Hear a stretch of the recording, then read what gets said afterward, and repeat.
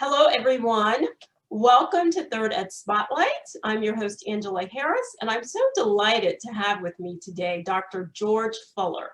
And Dr. George Fuller is the founder and executive director of Life Compass Living. George, how are you? I'm doing great. It's good to see you again, Angela. Nice to see you as well. So, you have an organization that's called Life Compass Living, and you also have an amazing book by the same title. I want everybody to see this. And so today we're going to spend a little bit of time actually talking about your book and some of the life experiences that you've had that have informed the writing in this book. And I want to start off just asking you, for people who are not familiar with the book or not familiar with Life Compass Living, in 10 words or less, what is Life Compass Living? That was really challenging because I worked on my elevator speech so hard, but it was a lot more than 10 words. So I came up with Life Compass Living is secure living with people we love in a tenuous world. Wow, awesome. I like that. And I'm going to stay here for a moment because you say secure living with people we love in a tenuous world. And so what is secure living? It would be having as much control and reaching as much of the potential of the life we want. Having control over our lives more and having the life we want more. So that secure would be when I think of the present and the relationships I'm in, the resources I have, and when I think about the future, I'm not afraid even to think about the future because together with the people we love, we have created a way to support one another that makes us secure together. So I'm actually secure because I've intentionally decided what relationships I want and intentionally found and dedicated resources to make those relationships possible. I talk about going from financing our fears to resourcing our relationships so that the way we think about life is all the resources we have, which include people and proximity and things that aren't money, but it absolutely includes money.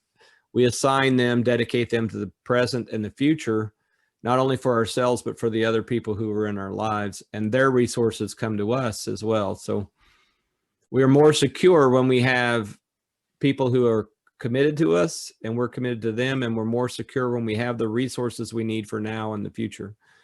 And I'm convinced that people try to be secure financially and they're not secure emotionally. Or people think if you have deep emotional commitments to someone, you're automatically secure practically. And I think emotional and practical support, emotional and practical resources have to be done together so that the relationships and the security of life are real life and relationships. So. No, I think that's great. And certainly when we think about, sort of having the resources that we need with the people who are in our lives, who we intentionally bring into our lives, as you've mentioned, there's this backstory or backdrop of this, you use the term a lot, messy and tenuous world that we live in. Exactly, yeah. And so what is it that makes the world so messy and tenuous? Because I think people have to acknowledge that, right? What's going on and sort of the context of being able to move from financing our fears to having those resources to support us, regardless of what we might encounter in life. Right. I think you see it, and culturally now you have this big movement around mindfulness and empowering ourselves and directing our own lives, our own agency. And that has to do with the tenuousness of having a life that we can live.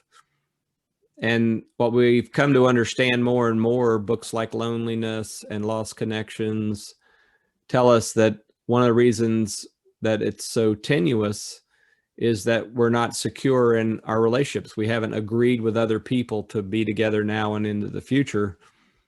And so it's messy and tenuous, because chaos is ended by coming together on a plan and knowing the order of things and the sequence of things.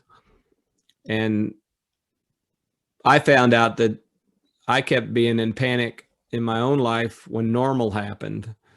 And I don't like feeling overwhelmed and then looking around and thinking, oh, this is actually just normal human life with aging parents and growing children and jobs that change. That's actually normal. And why do I have to stay so panicked and overwhelmed with this messy and tenuous world? So I say in the book, life will always be messy and tenuous, but it does not have to be as messy and as tenuous. as by the time I tell the stories in there about 13 years of being a caregiver with my parents and my wife's parents coming to the end of life. And we were much less messy and much less tenuous by the time my dad died, who was the last one to die.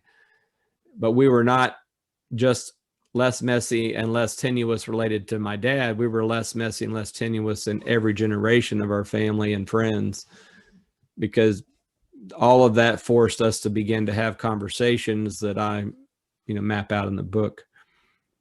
Because messy and tenuous is not avoidable, but some of the messiness and some of the tenuous is absolutely avoidable.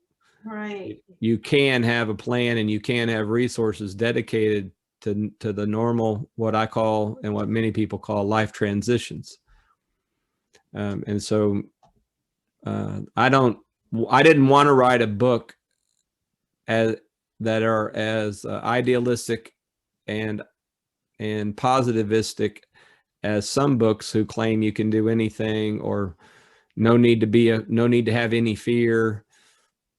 I think our fears teach us a lot, but they don't have to overwhelm us. And I think our lives are always going to be tenuous, and there will be limits to what we can and can't do and what other people will and will not do with us. But when we know what we can do, what others can do, what we want to do, we can reach more real potential. And that's why I chose to use the word flourishing. When I go walk in the woods, I can see ferns that are flourishing, and they're shorter than the oaks that are flourishing, and they're different than the squirrels that are flourishing and the beetles that are flourishing in the trees. To flourish would be for you and your people to reach the life that you desire, that's possible for you in your context. And I think you can break the American dream includes advancement in society. And I would like, replace it with a family dream that makes everybody better at flourishing. I don't think we're in charge as much as some people would like us to think of where we are in life and where we fit in society. We're not in charge of that. Right. We have influence, and, I had a family that had expectations and supported me in meeting those expectations. But there were limits, and I butted up against the limits and broke through some of them. But that was because I had people behind me. And so I think the people who are the most messy and the most tenuous, or the most realistic about how messy and tenuous the world is, are the ones who will gravitate and benefit the most from Life Compass Living. And yeah, I don't want to go on record at all saying that if you do Life Compass Living, you'll have the ideal life. But in my own experience, we can actually like who we are and how we live in relationship to other people. We can actually get to the end of our days and weeks, and even at the end of our lives, and be really happy with the person we've been. But that doesn't happen accidentally. And you're not just surprised by a deeply committed, mutually supportive relationship. Those happen in real life, getting through tough stuff and having tough conversations, lots of forgiveness, and making plans that actually turn out to happen. Right. And yeah, I got married with so much naivete. You're not alone. You're not alone. Same here. Man. And I'm glad my wife has matured along with me and given me all the grace for my lack of maturity. But I wish, like everything I've said, in the middle of being a caregiver for my parents, and I developed this protocol and everything during those 13 years. And I said, if somebody had come along in 2001, when my mom's was the first terminal diagnosis we dealt with, if come along in 2001 and given me what Life Compass Living gives me, I would have written them a big check and given them a kiss, because it would have saved me so much frustration and money and time. And No. it's just because we don't learn that. There's just not a high school course at this point on how to have a life plan. You get a lot of encouragement on how to seek an education or professional training, and then you can succeed in business and be a lonely soul floating alone in the world with some money, and realize that humans aren't consumers. That's not Right. who we are in our essence. Absolutely. We're producers of relationships and products and services. But anyway, sometimes I get in the heady world where I live in the mornings. No. Just I want to keep it practical. right, but you're sharing your deep conviction of why, which I think is important for people to know, why you actually wrote this book. And there are a lot of anecdotes in the book that you use from your own personal experiences, as well as the experience of friends and extended family members. And something that I want to, you did say a lot in your response there, but you referenced nature. And you mentioned the flourishing, because you talk a lot in the book too about human flourishing. But it's interesting because I like your reference to nature, because the plants, the animals, the trees, the birds, they don't flourish alone. And so if we look to nature even for, well, how does all this flourishing happen? And the seasons come every year, and it is done in relationship to the ecosystem and the others that are around. And so I think that's an important reference, because in your book, you say that the most valuable resource we have is relationships. And so why is that in the context of human flourishing? Because we can't flourish alone is basically the foundation of where this question that I'm asking you is coming from. And I just want people to understand that point. Yeah, the answer I like to start with is that relationships are really all there is.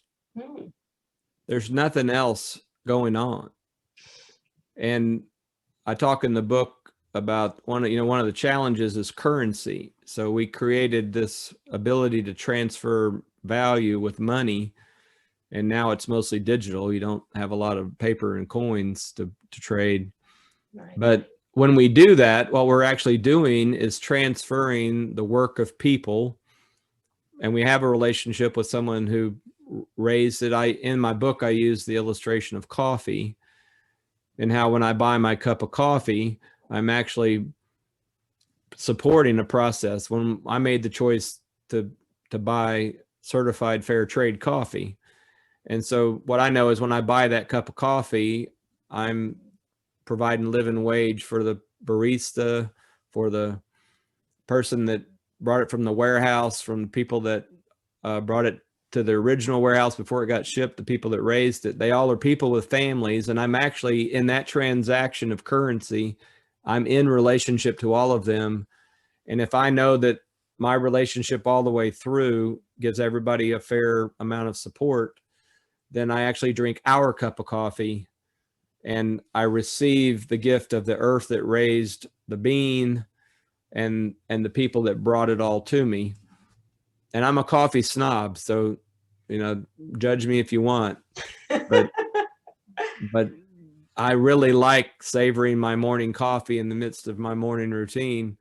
And I like knowing that when I do that, the whole process that brought that about is a gift to everyone before that moment. Right. It's just not transactional, but it's actually something that's impacting the entire value chain, right? Because that's what you're basically referencing. Yeah, and the other thing I was thinking of when you asked me the question earlier, the most important things that we regret the book, the 5 biggest regrets of dying people that I reference in the book, every one of them is relational to yourself or to others. One regret is, I wish I'd worked less. And so the thing that's connected most to consumption, most to earning currency, is actually one of the biggest regrets of people who get to the end of their life and they're reflecting back. And they wish they'd been truer to themselves. Well, being truer to yourself takes time. You have to really know yourself, and then you have to decide what you want, and then you have to decide what you'll do to get what you want. And if other people become means to your ends, then they'll relate to you in accordance with that. If you pay them enough, they'll put up with you. And so it's really about the fact that what I started with, relationships is really all there is. And when we sit and reflect on our life, in fact, in the way it actually works, Maslow's hierarchy is accurate. You can go from survival mode, self-determination, to self-actualization. After you get past survival mode and you work socially and you reach your potential. But the thing I propose in the book is that at the very same time, what's true is that co-actualization happens at the same moment. If I reach my potential, then I'm helping everyone else reach theirs. And that's just the way it is. I mean, Martin Luther King Jr. said, if I can't be all I'm supposed to be, you can't be all you're supposed to be. And if you can't be all you're supposed to be, I can't be all I'm supposed to be. And I think he nailed it. And it's relationships. Yeah, it goes back to your point. Everything is relational. We live in relationship with one another. And so you also point in the book to this lie of the independent self. And so that becomes basically, we get a better understanding of this obstacle, that we are basically stymied by, of believing this lie of the independent self. And we've been conditioned throughout many stages of our lives to believe that we are independent actors, and it's just not true. And so if that's not true, how do we go from something that we've been basically conditioned, probably from early childhood, to present day? How do we move from independent self to living and understanding that we live in relationship with others, and there is this sort of codependence that's necessary to human flourishing?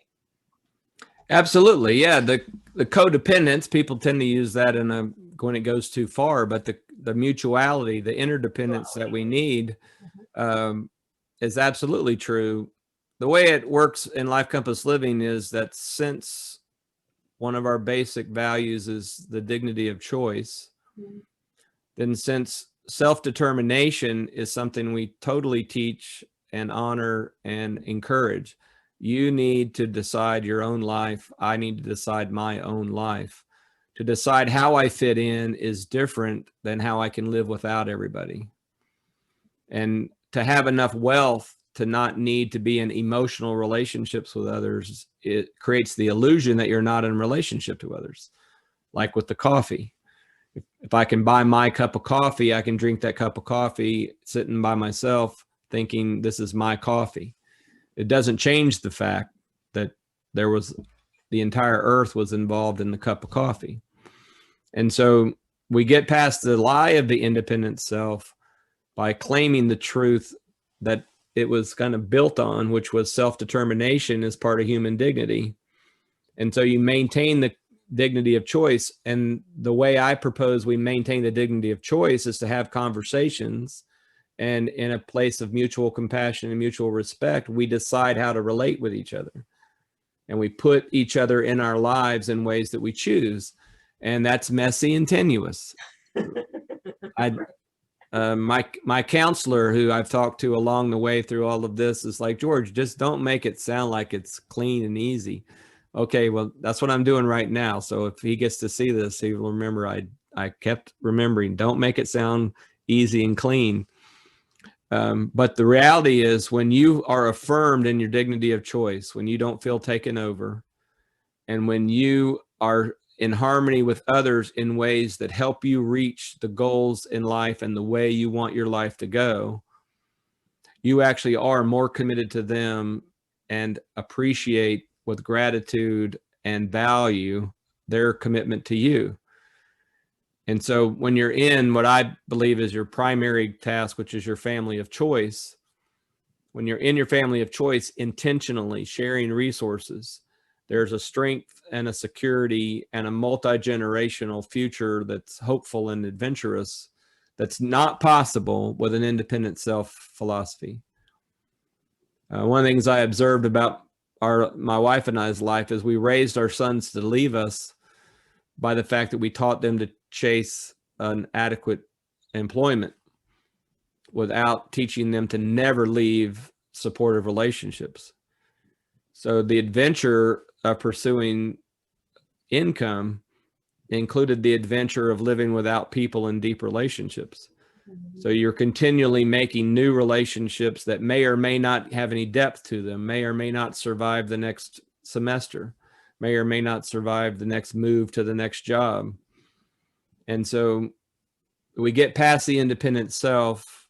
The short answer is when we honor the dignity of choice, and then with what I call essential conversations, talking to the most important people about the most important things in our lives.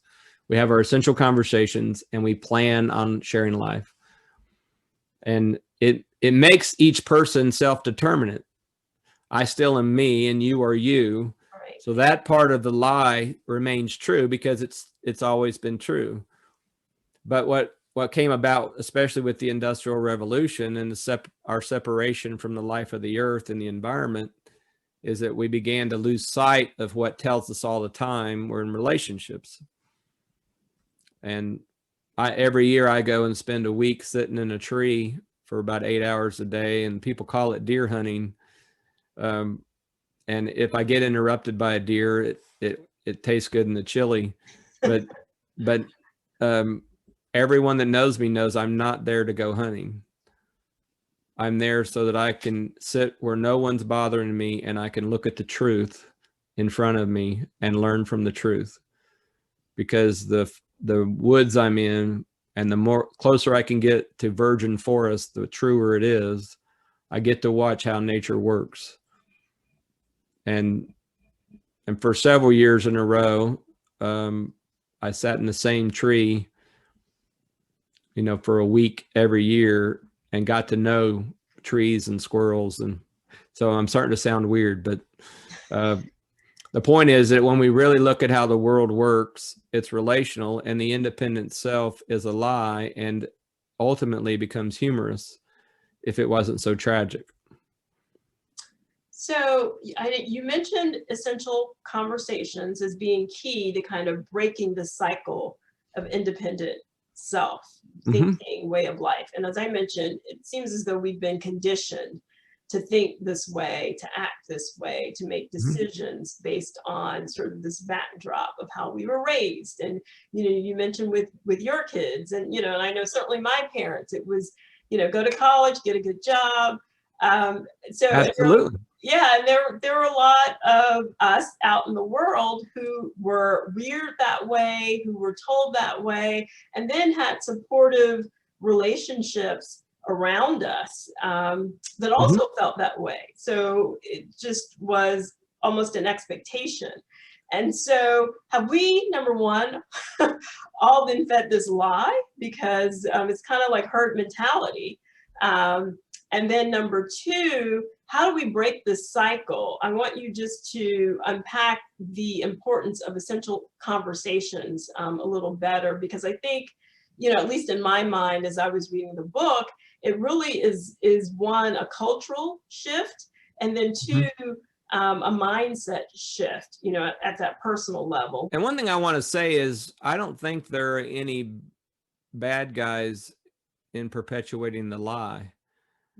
I think it was all instincts and the development of the industrial complex and the way our economy went, and a whole lot of political decisions that are complex with reasons, a whole lot of our own prejudices that came along with the people who raised us.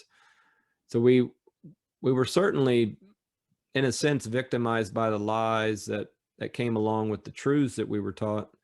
But I don't want there to be a bad guy, because I woke up with all kinds of baggage. And every morning when I sit in my chair and light my candle, there's baggage. I'm still shocked at what I have to work through. And I still have the instinct to not need people, because it's a lot of trouble to keep talking to my wife about the things we're working through. It's just trouble. It takes time, emotional energy. She just seems so stubborn, and I look so blind, but we keep on working on it. And my experience is that when we have our essential conversations, and I broke it down into 4 movements.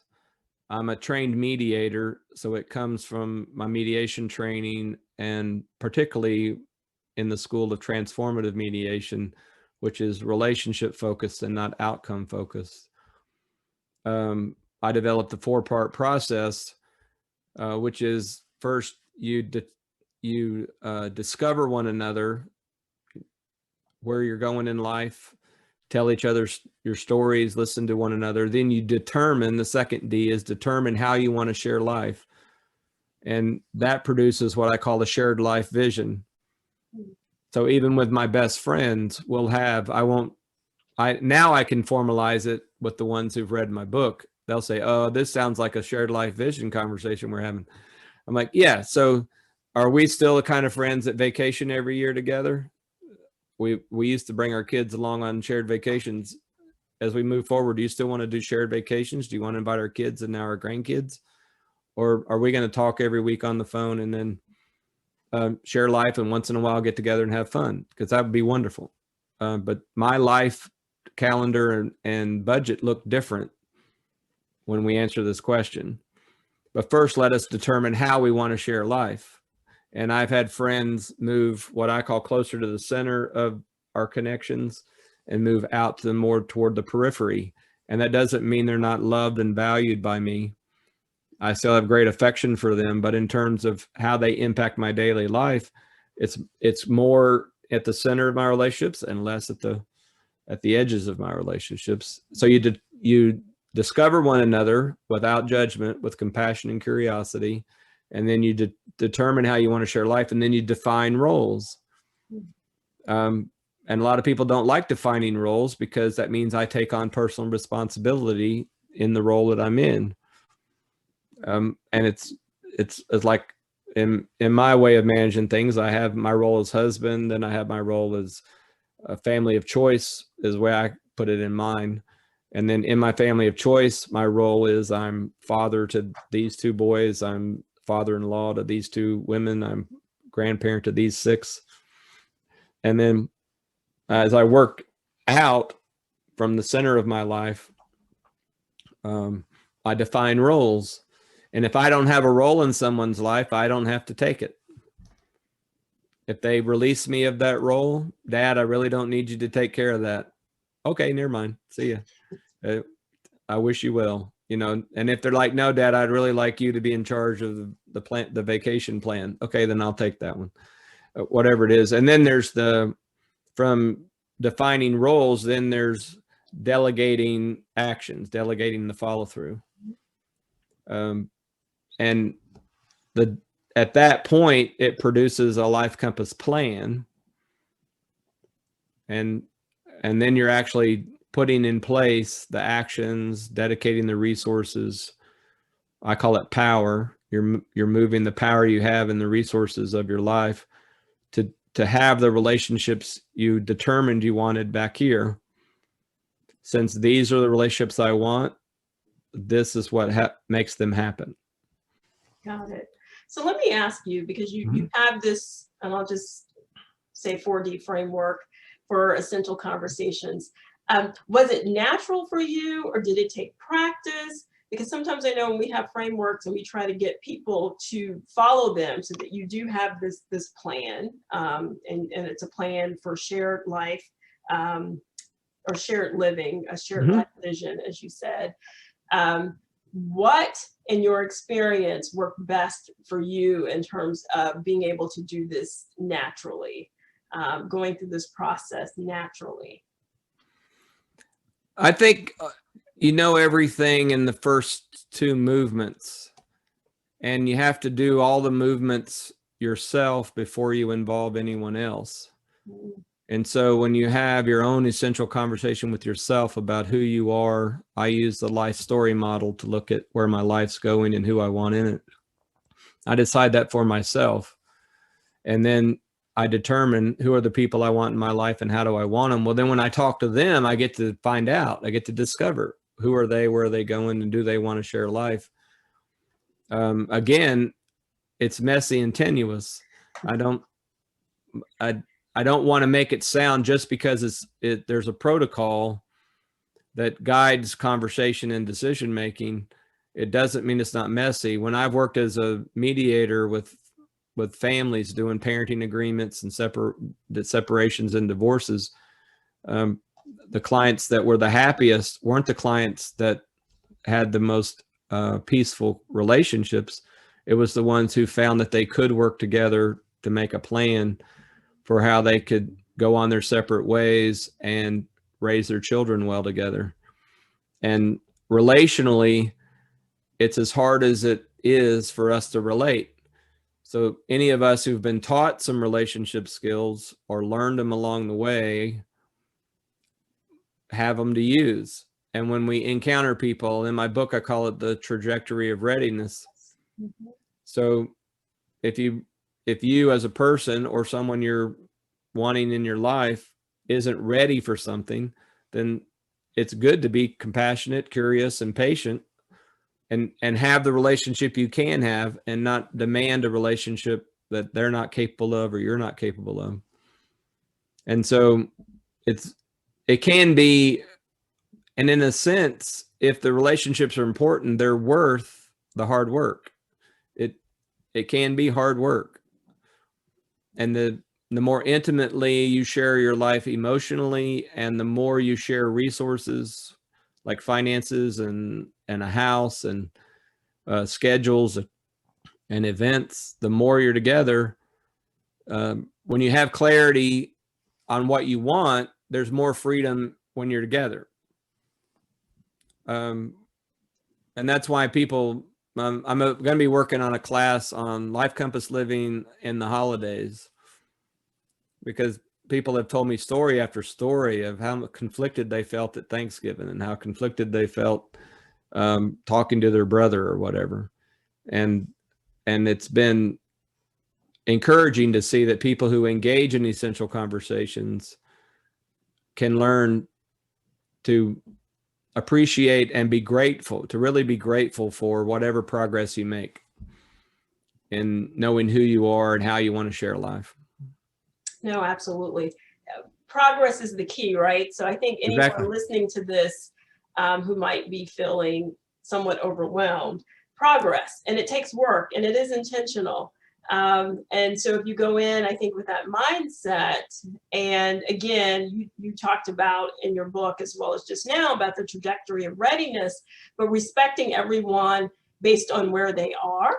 And I don't want to give everything away in the book, because there are just so many great nuggets that are there to help. It's just, you know, and I commend you for the richness and the thoughtfulness, as well as the stories that informed, again, the writing. But being able to plan when sometimes some people, and you call it parallel planning, aren't ready, right? And there will be a lot of people who just won't be ready to engage in this sort of activity. And so I think that, you know, you were right, you know, in terms of just having that forethought to tell people, look, there's another solution here.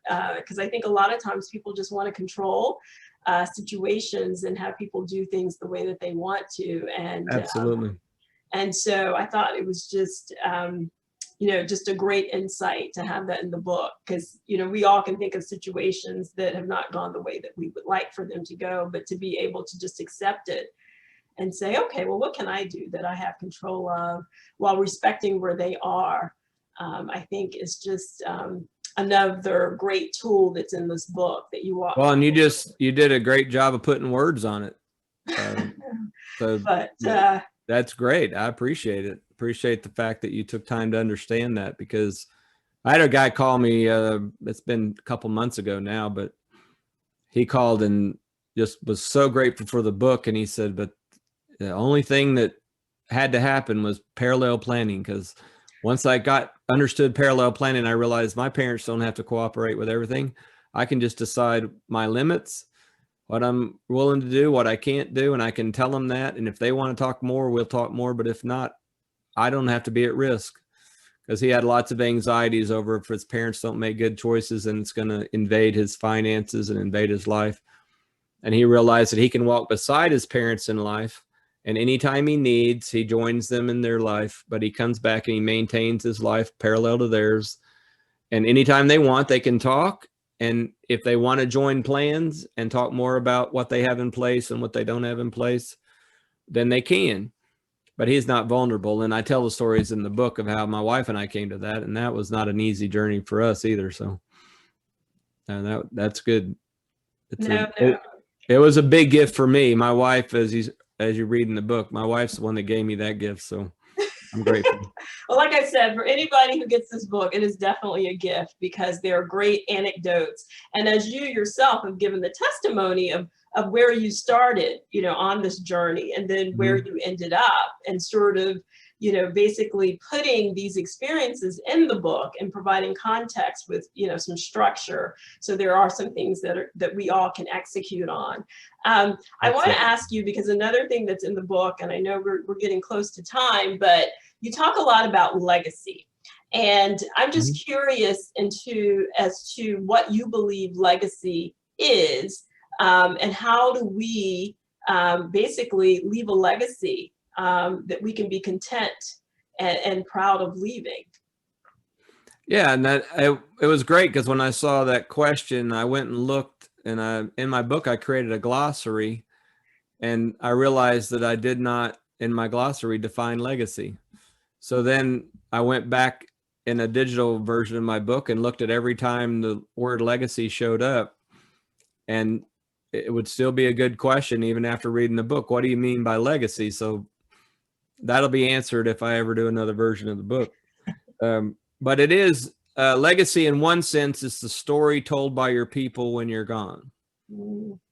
So whoever your people are who engaged you in life, the story they're telling when you're gone is one way to look at legacy.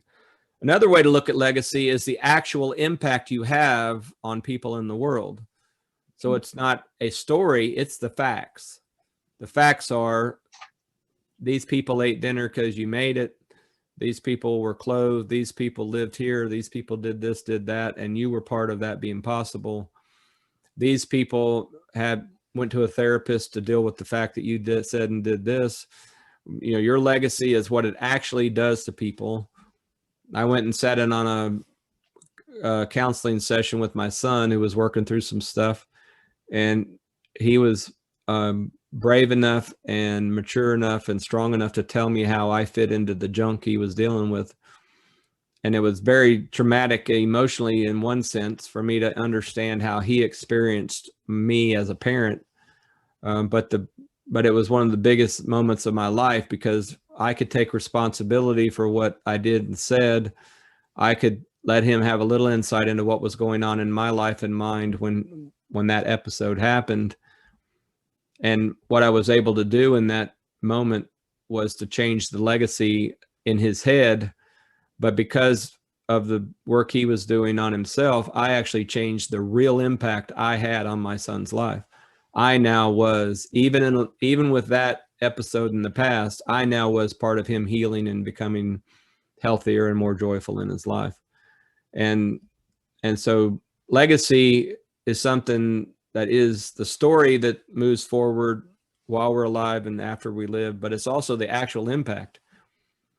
And so I had an uncle that bought a coal mine. He made a lot of money in an industry, and then when he got a lot of money, his investor advisor told him to buy a coal mine, and he bought a coal mine, and he flew in his private jet to visit the coal mine and came back, and I happened to be at his house when he got back, and he was not looking well, and I said, "What's wrong?" And he said, "I just can't own a coal mine. They don't treat people well."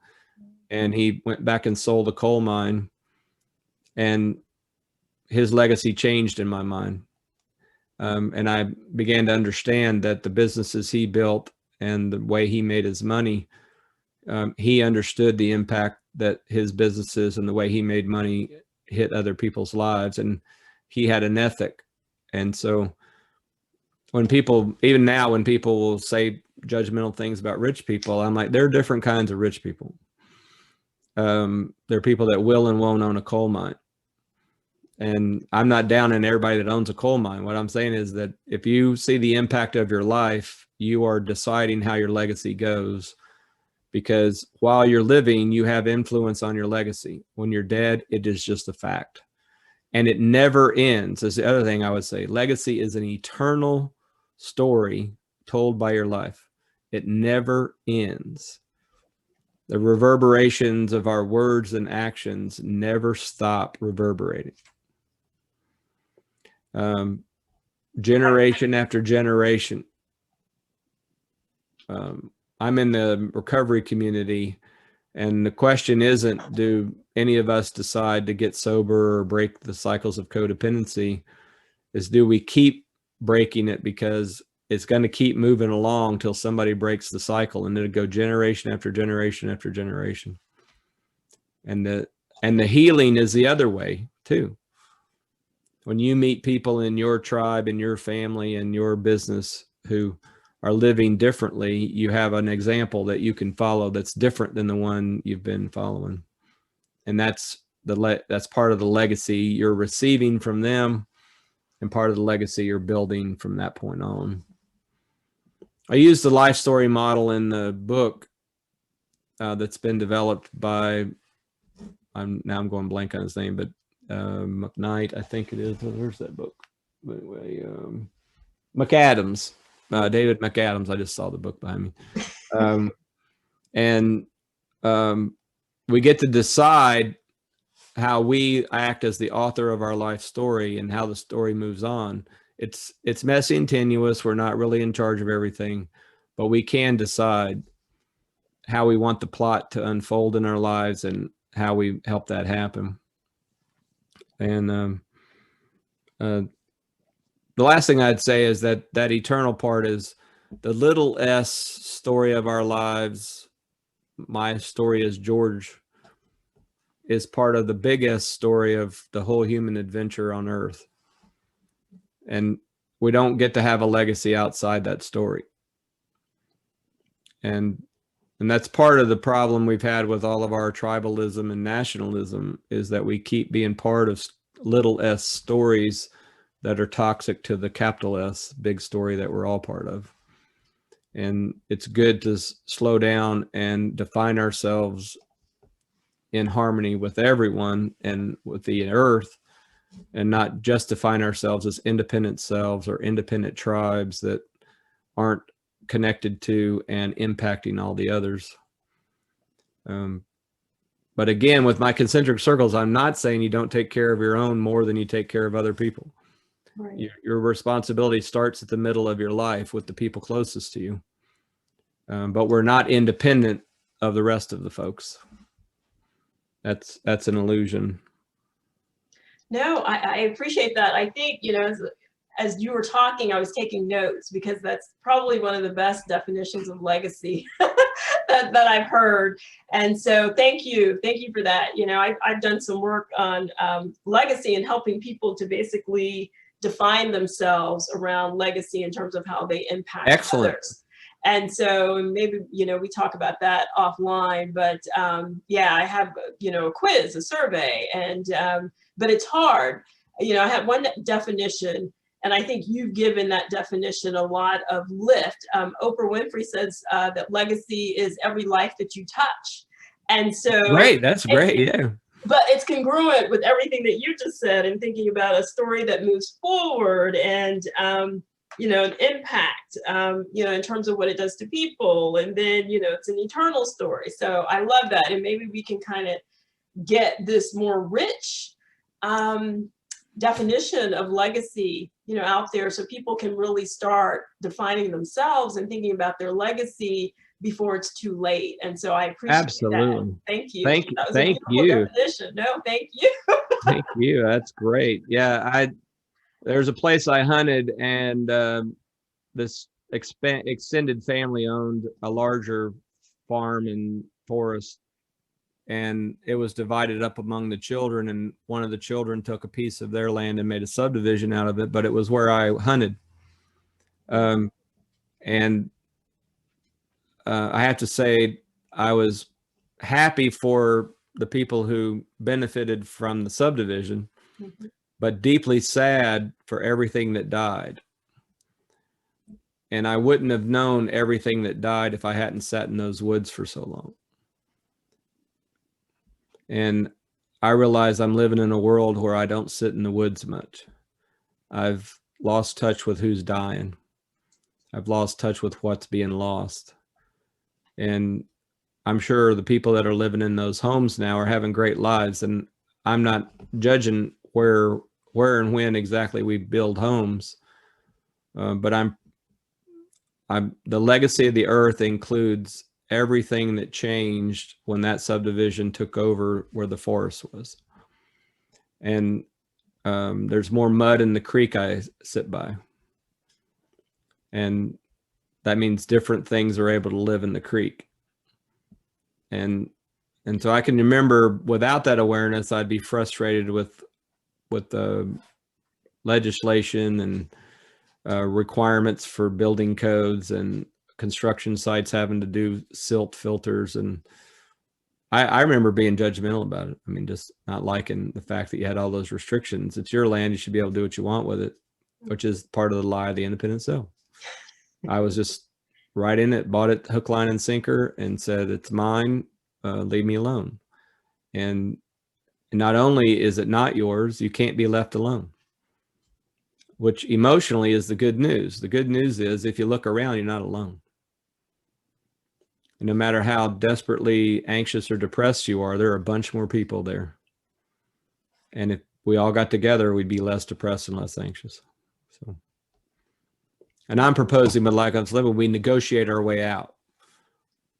That we don't have somebody up top, some power structure, say, you have to do this and you have to do that, but that we actually, with the dignity we have, negotiated from the inside out, from the bottom up, however you want to view it. But sorry, I became a little pontificating there. Sorry. No.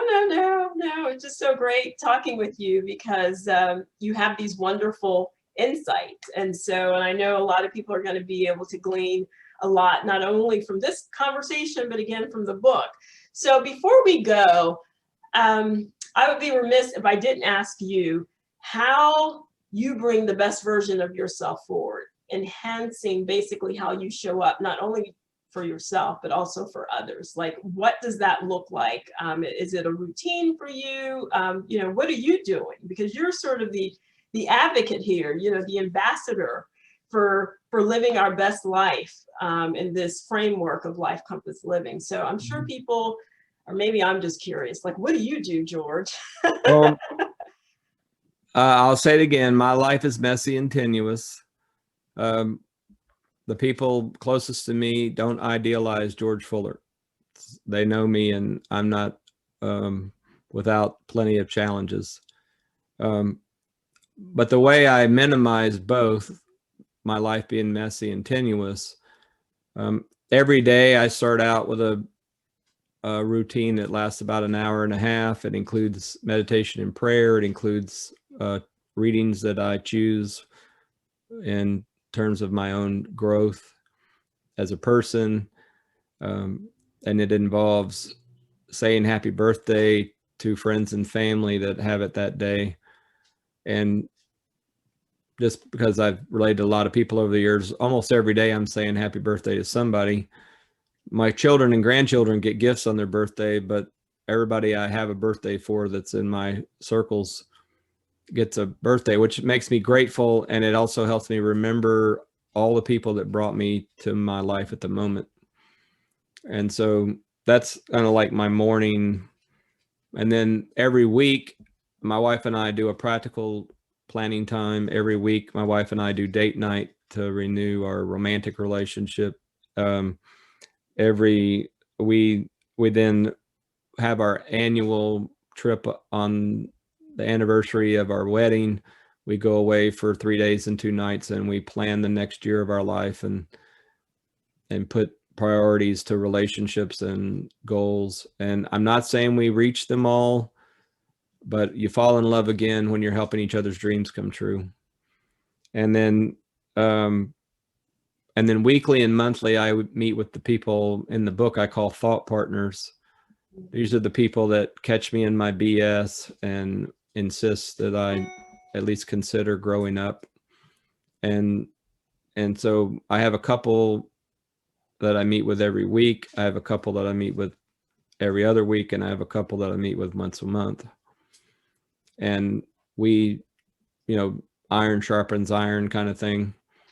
And so the men and the women that are in my thought partners, basically about 6 folks, I talk to them regularly. And then we prioritize time with the people closest to us. So make sure I stay in touch with my family of choice so I don't feel distant from the people that I want to support me emotionally and practically. And I do all that inside the system that David Allen teaches in his book, Getting Things Done. That one, in terms of my personality type, it works the best for me. So all of that rose out of trying to let my brain not be where all my ideas and tasks are held, so that my lists keep my task in front of me. And then when it's time, I can just be creative and think. But anyway, his is the system I use. I don't get any money for that reference. It's just the one that works for me. Right.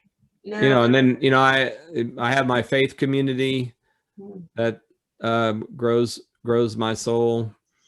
And I have the recovery community that does so as well. So. Well, great. No, I think people listening to this or seeing this video are going to be able to glean a lot from your life. And I just want to thank you, because you're very transparent. You're very transparent in saying, okay, here's where I messed up, because life is messy and tenuous. And, we're not perfect. We're going to make mistakes, but it sure does help having a guide to help us not necessarily avoid, as you mentioned in your book so eloquently, those mistakes, because these things are going to happen, right? They're going to occur. But it's basically, it's how we confront them and how we deal with them and how we together, right? How we problem solve to basically get through them.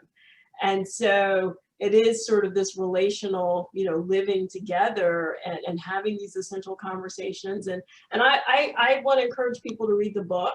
I consider it a gift, and you will not be sorry. And so, George, I want to ask you, how do people get this book, number one, and where can they, number two, go to learn more about you? Yeah, thanks a lot. The book's available on Amazon, Barnes & Noble, Books A Million, digitally. You can go to my website, lifecompassliving.com. You can purchase the book from me. And if you do that, then I actually make more money if you purchase it directly from me than Amazon, but I'm happy for any way. And then I can also, if you buy it on my website, I can add a note, personal note, if you want, when I mail out the book. And also, once you buy the book, no matter where you buy it, go on the website, sign up, let us know so we can send you the code, because on the website, there's an insiders section. And on the insiders section, I created like 90 forms. When you have in your conversations and making your plans, the forms to digitally collect and share the information you need to share. So you have those tools. Once you buy the book and you let us know you bought it, then we send you a code. And then from then on, you have access to that. And there'll be a collection there of videos that help you. So it's a growing part. And when you join our community with an email, like everybody's doing, and then when you join the insiders, you'll have access to the things that are coming, because we're going to be the podcast is on the website from past episodes, but we're going to relaunch the podcast, and there's a Facebook page. But the primary thing would be buy the book and become part of the insiders, and then you can decide how to be part of the classes that are coming, and reach out for support if you need it. Okay. And again, George, what's that website? We'll put it in the show notes, but yeah, lifecompassliving.com. Got it. Great. One thing I want to say about when you asked me about my own practice, and I started with, I do an hour and a half in the morning. For a long time, I couldn't make it more than 10 minutes. And I had a great life when it was 10 minutes. That I'm just saying that you start where you are, and then I would wait till something's non-negotiable. When you're wanting to make a new habit, it's most likely to happen when you're no longer negotiating whether you need it. And so start with what you feel like you need, stay there. And when you can't process enough of your own life in that amount of time and with that discipline, then expand it. But expand it because you have to have more of the life you want. You have to have more of an understanding of the world and the way it actually works, so that you own your own life. Don't do it because you think that doing it creates a good life. It's what happens within us that changes our lives. So. No, I think that's a great point to end on. It's what happens within us. And you just sort of echoed the importance of progress, no matter how small. And it's like almost like exercising, right? You don't need to start out doing like an hour or 2 hours a day. You can start out doing 15 minutes or whatever you're comfortable with, but to get in the habit. And habits grow by doing things consistently. So, and everyone listening who's in shape can teach me, because my body being in shape, I'm a newbie on that one. So again, I want to thank you for putting this out into the world. Again, such a timely and thoughtful book. I want to thank you for having this conversation with me today. Yeah. Whenever we talk, and we talked, several times before this, but always very insightful, and I learned something new. I always have, my pen in my hand, because there's something that George is going to say that's just going to resonate, and I'm going to make sure that I write it down. So again, I just want to thank you for all that you've done. Thank you. And you're a great gift already to me as a friend, but also the way you're investing in the world and using your life. I just want to encourage you to keep doing it, because you're doing a great job. Well, coming from you, that means so much to me. So thank you so much. You bet. Definitely. Okay, well, until next time, this is Third Ed Spotlight, again with Dr. George Fuller, who is the founder and the executive director of Life Compass Living. I'm your host, Angela Harris, and to everyone watching this, live the life, be the author of your life, live your life in relation to others. So thank you. Thank you. Thanks, Angela. Thank you.